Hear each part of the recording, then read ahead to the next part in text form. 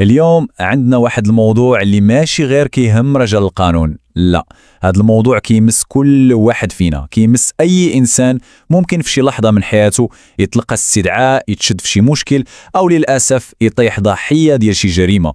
اليوم غادي ندويو على أكبر إصلاح عرفته المسطرة الجنائية في المغرب من سنين طويلة، إصلاح اللي كيسميوه الخبراء ثورة قانونية. فكرتوا شي نهار شنو كيوقع بصح مورا الابواب المسدوده ديال الكوميساريه ولا في المحكمه؟ فاش كيتشد شي واحد الحقيقه فين كتكون، وحقوق المواطن فين كتبقى وسط هاد الشي كامل؟ هاد القانون الجديد كيحاول يجاوب على هاد الاسئله اللي كبيره بزاف. يعني تخيلوا معايا القانون اللي كيحكم كل شي من اللحظه الاولى فاش كيتشد بنادم حتى كيدوز في المحكمه وكتنفذ العقوبه. هاد الشي كله غادي يتبدل، اصلاح بصح كيقلب الموازين. يلا ندخلوا في الموضوع. اوكي، اذا باش نفهموا هذا الاصلاح مزيان خلينا نبداو بالحوايج الزوينه. يعني شنو هي المكاسب والنقط الايجابيه اللي جابها؟ راه المعادله ديما صعيبه، كيفاش نضمنوا محاكمه عادله لكل شيء وفي نفس الوقت نحاربوا الجريمه بفعاليه وبلا ما نعمروا الحباسات بالناس اللي مازال ما تحكموش؟ هذا القانون الجديد كيحاول يلقى حل لهذه المعادله. شوفوا، اول نقطه ويمكن هي أهم نقطة في التغييرات كلها هي حضور المحامي من الدقيقة الأولى. المشروع واضح، من اللحظة اللي كيتشد فيها الواحد عنده الحق في المحامي دياله، ومش غير يحضر معاه في التليفون، لا، المحامي خاصه يحضر معاه في الاستجواب ويسجل الملاحظات دياله. هذه راه بوحدها ثورة بتقلب الطاولة كلها. الفرق راه باين، فرق كبير بزاف. شحال هادي كان ممكن الواحد يبقى في الحراسة النظرية يومين 48 ساعة بوحده، دابا لا، من الدقيقة الأولى عنده الحق في المحامي. هذه ضمانة أساسية كتحمي الحقوق ديال أي مواطن في ديك اللحظة الحرجة ديال الاستجواب. وكاين ضمانة أخرى اللي قوية بزاف. تخيلوا، يلا المتهم قال تعرضت للعنف وطلب يدير فحص طبي، والبوليس رفضوا ليه الطلب ديالو.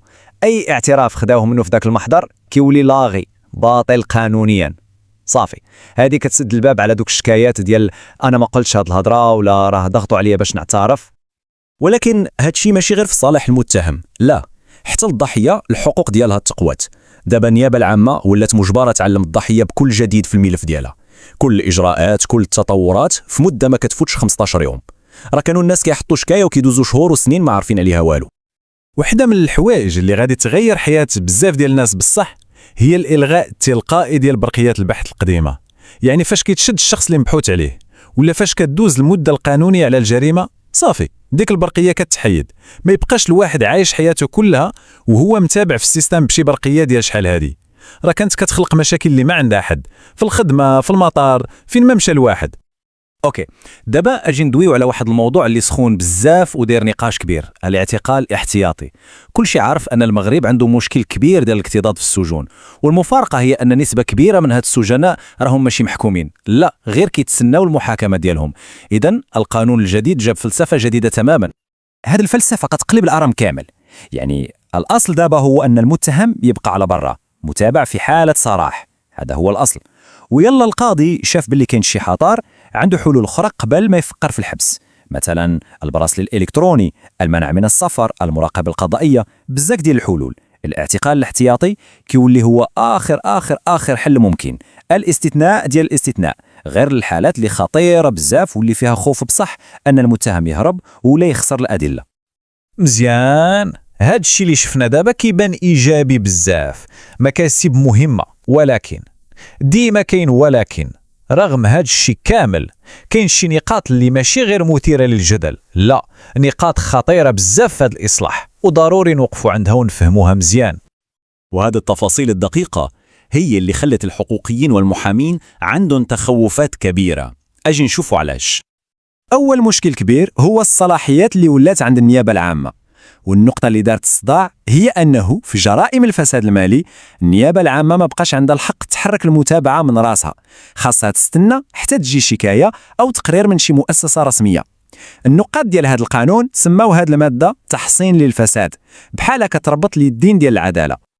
النقطة الثانية وهذه خطيرة بزاف، في القضايا ديال الإرهاب وأمن الدولة القانون عطى الحق لضابط الشرطة القضائية يطلب من النيابة العامة تأخير اتصال المتهم بالمحامي ديالو، وهذا الشيء كيعني ان ديك الضمانه اللي دوينا عليها في الاول ديال المحامي من الدقيقه الاولى فهاد الحالات ما كتبقاش، وهذا تراجع كبير على ضمانات المحاكمه العادله اللي كينصوا عليها المواثيق الدوليه.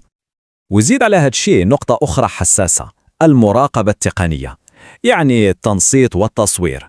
شحال هادي باش يديروا التنصت على شي واحد كان خاص إذن من قاضي كبير من الرئيس الأول ديال محكمة الاستئناف. دابا لا، ولا ممكن للوكيل العام للملك هو اللي يعطي الإذن للبوليس باش يديروا التصوير، التتبع، التسجيل الصوتي، وحتى في الأماكن الخاصة بحال الديور. الحقوقيين كيعتبروا هذا الشيء يمس خطير بالحريات الفردية. ودابا نوصلوا يمكن لأخطر نقطة في المشروع كله. شوفوا هاد التناقض. القانون الجديد كيقول باللي الاستجوابات ديال البوليس خاصها تكون مسجلة بالصوت والصورة. هذه ضمانة عظيمة ياك؟